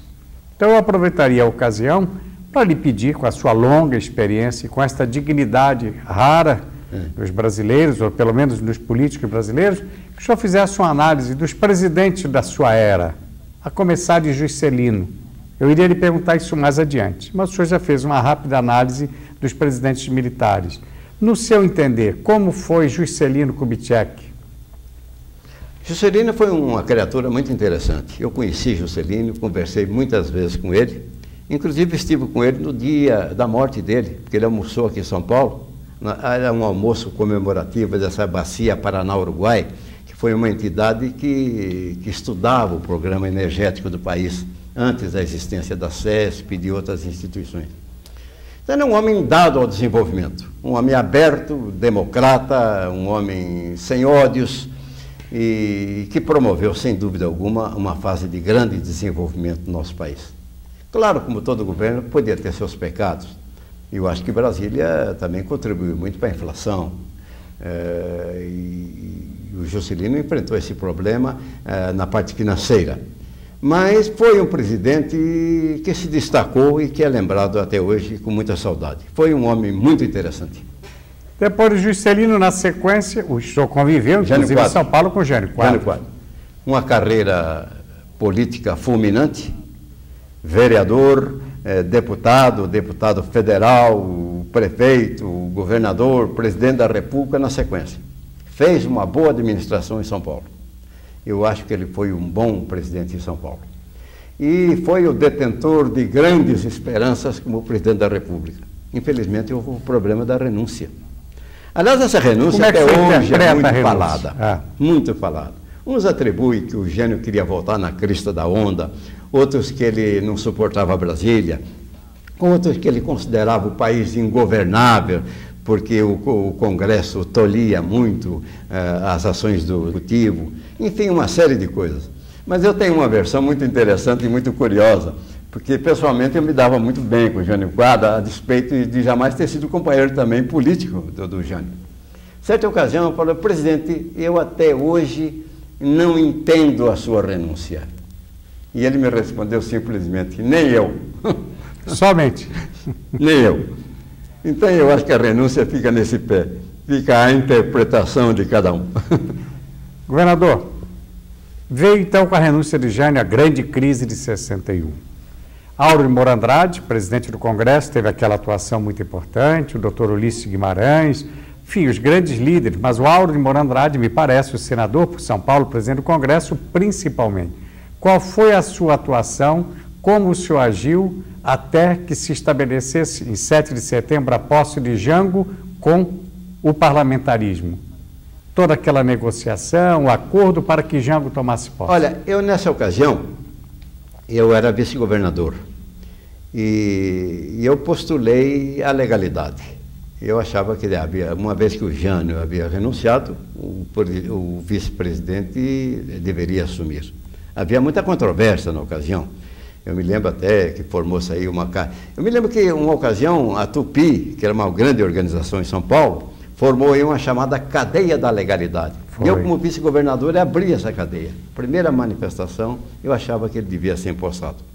Depois, o que aconteceu depois foi depois, mas na ocasião era um direito líquido e certo. Ele, afinal de contas, era o eleito. Assim como eu assumi em São Paulo, nessa circunstância, ele tinha uma circunstância também parecida, que não tinha sido vice do Jânio Quadros. Perfeito. Não é? Ele era vice de outra chapa. De modo que, nessa ocasião, eu defendia, porque eu sempre defendo, acho que a legalidade deve ser mantida. O vice de Jânio era o grande jurista Milton Campos, exato, da antigo DN. Nacional. Como é que o senhor como o senhor entendeu naquela época, isso é um depoimento para a história, a derrota de Milton Campos, deixando esse problema criado? Um vice-presidente de uma outra chapa que depois teve as dificuldades que nós conhecemos. Há um fenômeno político, parece que há uma tendência do povo em se dirigir a coisas novas. Por que eu fui eleito vice-governador de São Paulo? Não havia nenhuma razão. Eu tinha concorrentes respeitabilíssimos. Quais? Quando eu me elegi vice-governador, eram meus concorrentes, para citar o professor Teotônio Monteiro da Silva, Faria Lima, grande nome de Faria Lima, até hoje lembrado em São Paulo, Remo Forbe, havia mas era uma coisa nova. Apareceu um Laudo Natel que o povo simpatizou. E eu costumo dizer que voto, 90% é coração, 10%, se tanto, é razão. Então apareceu o Jango, simpático, e derrotou um nome nacional, que era o professor Milton. De modo que eu acho que há uma tendência em querer coisa nova. E recentemente o Collor. Quem poderia supor que o Collor fosse o presidente da República? Como é que o senhor, qual foi a sua atuação na eleição de Collor? Olha, qual a sua reação com o impeachment? Em primeiro lugar, quando ele se tornou candidato, eu comecei a observá-lo. Gostei da mensagem, ele tinha uma mensagem muito bonita. Então ele atacava pontos que eu considerava fundamentais. Falava no apoio ao empresariado, na livre empresa, naquelas tônicas todas que enfocam hoje um regime liberal. Tive um encontro com ele, fiquei muito bem impressionado com ele. E eu que já havia me decidido a votar nele, acabei não só votando, como o ajudando. De que forma? Porque eu ainda tinha meu núcleo eleitoral, ainda tinha meus amigos, ainda acabei ajudando, certo de que estaria prestando um serviço ao país. Acho que esse moço jogou fora uma oportunidade de ouro, moço que ele era, com a mensagem que ele tinha. Então, a minha atuação foi essa. Não só foi de voto, mas foi também de ajuda. Eu procurei e postulei votos para ele. O senhor lamentou o impeachment, naturalmente. Lamentei, como todo brasileiro. Agora, a pregação de Collor, alguns dos itens de sua pregação política ou eleitoral que estão sendo aplicados, o senhor acha corretas? Uma delas, a retirada do Estado da responsabilidade de tantas empresas. A privatização, há muita coisa que ele pregou e que está sendo executada e que é o caminho certo, que todos entendem que é o caminho. Por isso que eu digo, lamentavelmente, moço que era, brilhante que era, ele jogou fora uma oportunidade de uma liderança política no país por muitos anos. Infelizmente aconteceu o que aconteceu e o que a gente pode fazer. Governador, o senhor foi o bancário, o senhor o esportista, o homem, dirigente esportivo, e o homem público como governador, vice-governador e 2 vezes governador do estado de São Paulo. O que mais foi gratificante para a sua vida pessoal? Qual a melhor das 3 coisas? O senhor gostou mais de ser o homem do esporte, o bancário ou o político? Eu diria a você que a vida pública, ela dá uma dimensão muito grande, ela dá um horizonte muito grande. Então, governar no estado de São Paulo é uma coisa empolgante. E quem mais que um homem apaixonado por administração como eu sou, então poder fazer coisa no terreno da agricultura, do transporte, da justiça, da saúde, da educação, quer dizer, é uma coisa fascinante. E principalmente para mim, porque eu peguei uma fase, em primeiro lugar, não tive problemas políticos, que o meu partido era a grande maioria. Pude reunir um secretariado, obtendo dele a promessa de não ser candidato a nada, só se dedicar à administração. Então foi uma fase fascinante. Agora, para um homem responsável, e eu me considero um homem responsável, é claro que do ponto de vista pessoal é muito difícil, porque era uma vida atribulada. Eu era um homem que trabalhava 14, 15, 16 horas. Então não tinha família, não tinha parte de recreação de hipótese alguma. E eu cancelava, por exemplo, eu fui um homem, por exemplo, que não participava de jantares. E eu ia jantares só quando o protocolo exigia. Eu um homem que mal passava nos coquetéis quando era obrigado a passar, porque eu dedicava todo o meu tempo ao trabalho. Então foi gratificante para mim ser governador de São Paulo 2 vezes e poder prestar o serviço que eu prestei. Agora, do ponto de vista pessoal, não. Então, apesar das dificuldades lá do meu São Paulo Futebol Clube, claro que lá eu ia para Meus Clark. Uma ocasião, logo que eu saí no governo, alguém me fez, inclusive, essa pergunta. Um torcedor de futebol disse, o que seria para mim? O que foi mais difícil para o senhor? Governar São Paulo ou governar o São Paulo? Eu falei, de certa forma, o São Paulo. Porque para governar São Paulo, eu tive um concurso de grandes equipes que me ajudaram. Homens que me ajudaram. E para que o São Paulo tenha bom desempenho, eu tenho que contratar grandes equipes. E sem dinheiro é coisa muito difícil. Mas então, do ponto de vista, vamos dizer, pessoal, claro que a vida pública não tem esse fascínio. Mas do ponto de vista da realização, das coisas que eu pude fazer, em um período de economia boa, eu tive uma soma de realizações poucas vezes registrada na história de São Paulo. O senhor pode enumerá-las? Eu dupliquei a capacidade de energia elétrica, eu construí 1000 escolas, eu liquidei o problema da criança entrar porque eu tive vaga para todas as crianças no meu período. Eu pude estender uma rede de saúde pública por todo o estado. Eu fiz um programa de esporte pegando todo o estado. Eu pude dar diretrizes, por exemplo, na agricultura, fazendo o zoneamento agrícola do estado. Porque às vezes um governo é julgado pela obra. Tal governador fez esse prédio, tal governador fez essa estrada. Mas ele não é julgado pela coisa que ele planta como ideia. Eu pude acabar a competição entre as hidroelétricas do estado, que disputavam o orçamento, para dar uma prioridade, formando a CESP, que é a criação minha, do meu governo. Eu pude unificar as ferrovias, formando a FEPASA. Eu pude criar companhias de saneamento. Enfim, eu tive um volume de realizações e o que é muito importante, diminuindo impostos. Todos sabem que o ICM no meu tempo, era 90% da arrecadação do Estado, era ICM. Eu diminuí 0,5% ao ano o ICM e aumentei fantasticamente a arrecadação. Qual foi estimulando a empresa e combatendo a sonegação. combatendo a sonegação e estimulando a empresa ao desenvolvimento.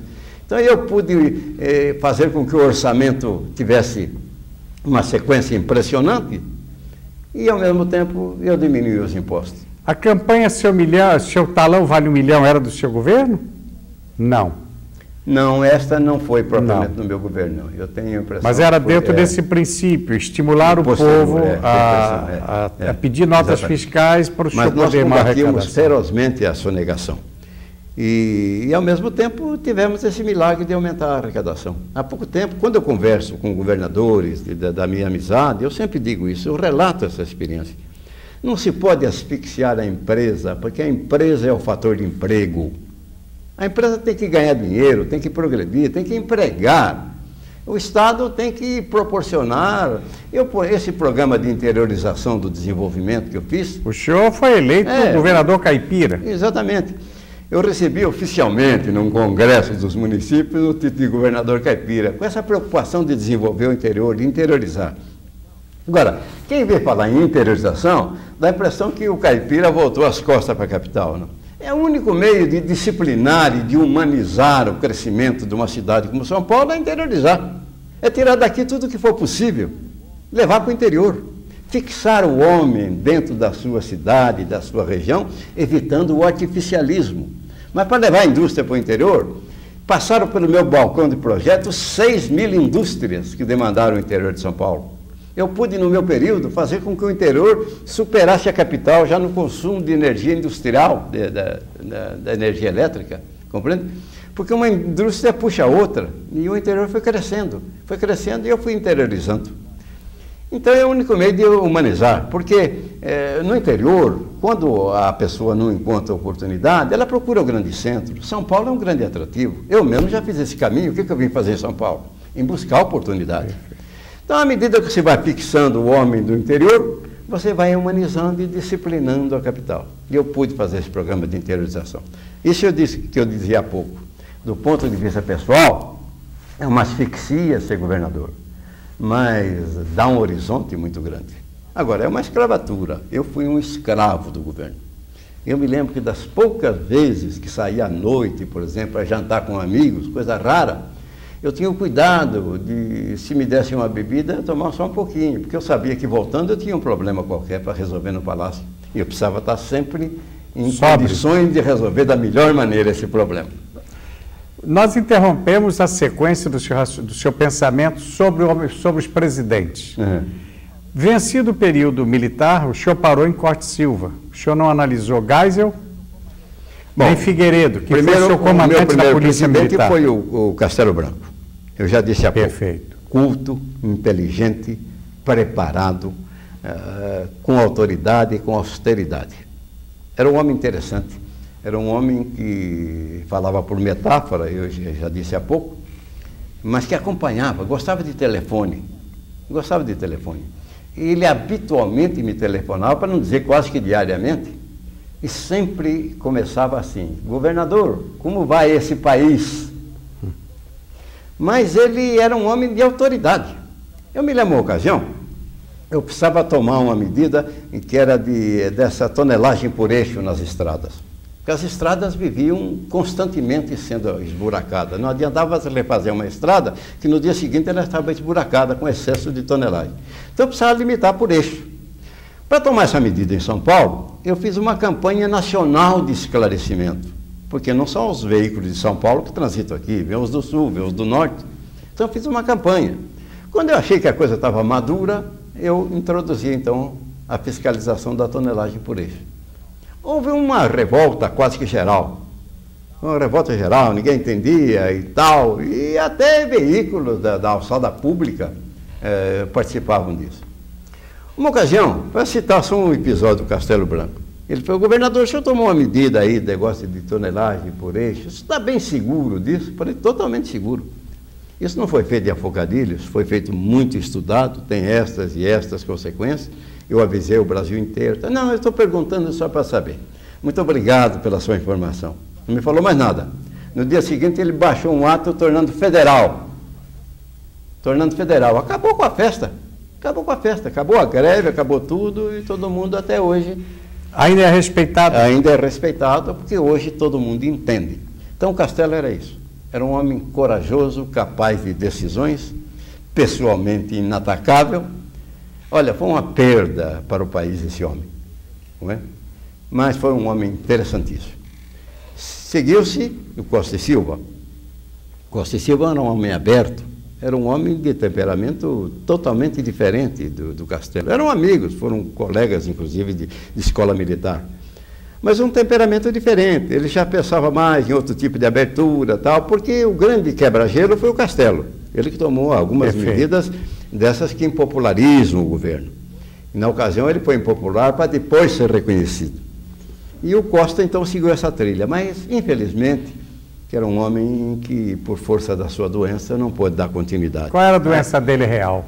Qual era realmente a doença dele, do Costa e Silva? Eu até hoje não sei perfeitamente o que foi, mas ele ficou praticamente impossibilitado, né? O general Figueiredo, quando o senhor foi governador, foi seu comandante. Ele era coronel, comandante da Polícia Militar do seu governo. Depois presidente da República. Ele teve influência na sua vida pública em São Paulo em que termos? Olha, o general Figueiredo foi sempre meu amigo. Ele não era meu conhecido antes, não. Perfeito. O general Figueiredo, apesar de ser de família, a mãe dele era aqui de Campinas, o pai dele foi um dos líderes da Revolução, era um homem muito afinado com São Paulo, apesar de não ter nascido em São Paulo. Revolução de 32. Mas apesar disso eu não o conhecia. E ele me foi apresentado pelo próprio Castelo Branco. E aqui eu quero fazer uma referência, porque às vezes eu ouço falar coisas do Figueiredo aí, que ele foi truculento, que ele foi cheio de polvo, aquela coisa toda que falam dele. Mas também tem prende, coisas que arrebenta. precisam ser mencionadas. Quando o Castelo Branco me apresentou o Figueiredo, depois que o Figueiredo saiu, ele me disse: esse moço é um dos mais brilhantes oficiais das nossas Forças Armadas. E note que eu não disse Exército, eu disse Forças Armadas. Essa referência que o Castelo me fez do Figueiredo. Automaticamente eu peguei o Figueiredo para comandar a Polícia Militar. E teve aqui uma grande experiência e me prestou inestimável serviço. Claro que depois ele seguiu a sua carreira, e acredito até que tenha sido um dos fatores, porque ele deveria ter dado muitas referências minhas ao presidente Médici. Porque é outra coisa curiosa, eu não conhecia o presidente Médici.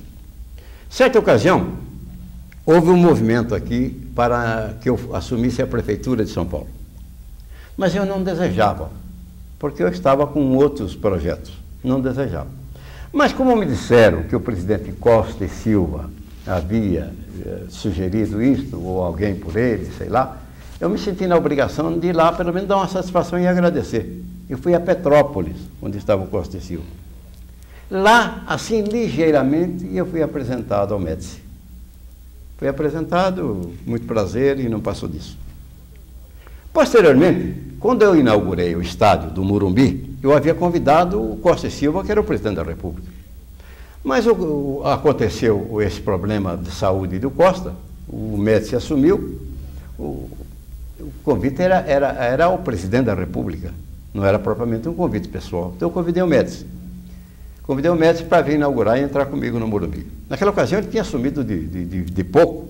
Eu me lembro até que o pessoal de segurança dele, e se surgia que ele entrasse comigo dentro do estádio. Falei, mas eu garanto que o presidente será bem recebido. Porque eu, que lutei 20 anos para fazer esse estádio, eu não posso ser vaiado no dia da inauguração. Perfeito. Então ele vai entrar comigo. E ele falou, eu vou e entro com você. E teve uma ovação extraordinária no estádio. Foi meu segundo contato com o Médici. Não tinha relacionamento assim pessoal com ele. Quando eu fui escolhido governador a segunda vez, eu recebi um telefonema do Médici em minha casa. Disse, olha, o senhor foi escolhido para ser o candidato do partido ao governo do Estado. Eu estou lhe fazendo essa comunicação e peço ao senhor que não me agradeça o convite, porque eu cheguei ao seu nome. Eu estou lhe convocando para repartir comigo uma responsabilidade. Posteriormente, eu fiquei sabendo que, e ele próprio me disse, que fez levantamento de opinião pública. Eu estava muito bem de opinião pública na época.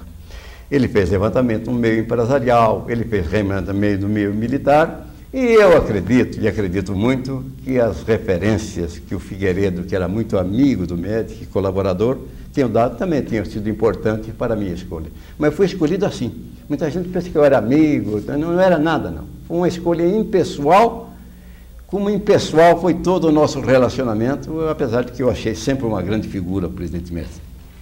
Estamos, senhoras e senhores, gravando para a memória política do Brasil o depoimento do ex-governador do estado de São Paulo por 2 vezes, também seu vice-governador, um dos homens mais importantes na história do esporte brasileiro, em especial em São Paulo e no seu São Paulo Futebol Clube, também na vida particular, na vida empresarial, como bancário, contando hoje um pouco da sua vida como homem que veio de infância e juventude de muita luta, sempre primando pela honestidade, pelo trabalho, pela dignidade, pelo respeito, acima de tudo, às coisas, às pessoas, ao Estado e ao país, e que chegou a este momento a nos dar a honra da União Parlamentar Interestadual ter o seu depoimento para a memória política do Brasil.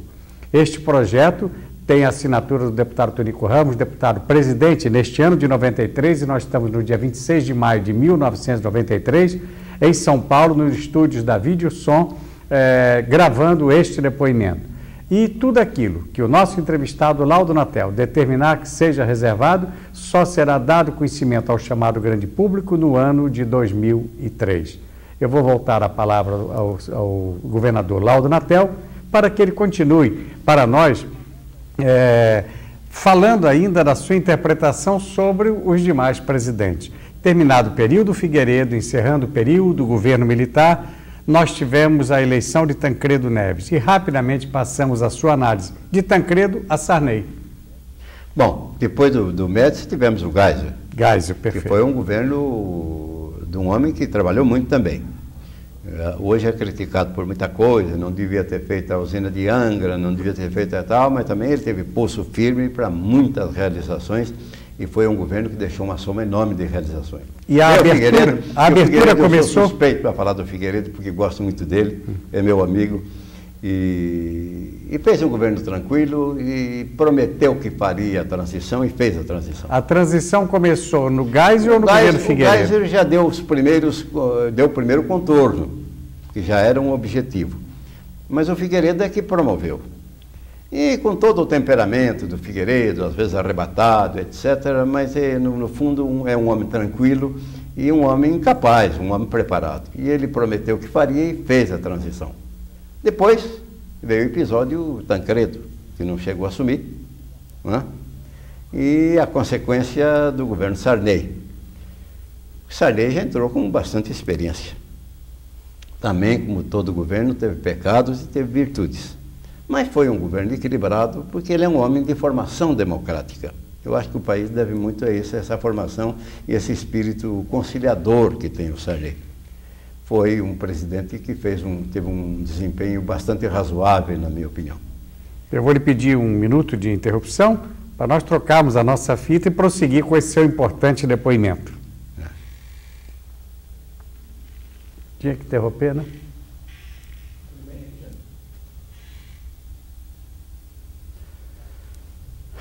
O senhor quer água?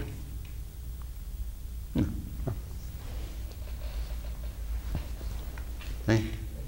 Como é que está? Está indo bem, está indo bem. Quanto tempo deu essa primeira...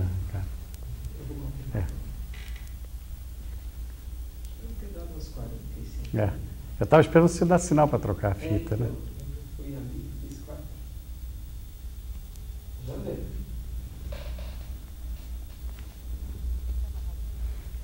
Essa narrativa eu estou deixando mais ou menos na sequência, depois nós partimos para as perguntas, né?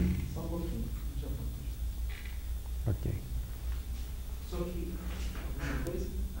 Não, não quero. Estou falando como se fosse conversando, né? Ah, que é muito melhor, o senhor não acha? Eu contei muita coisa aí que ninguém conhece. Isso aqui ninguém conhece. Isso é bom a gente fazer. Castelo ninguém conhece. Isso é bom a gente fazer. Ninguém conhece. Exato. Não, ninguém. Eu não sei. Sim, perfeito. Um grupo, né?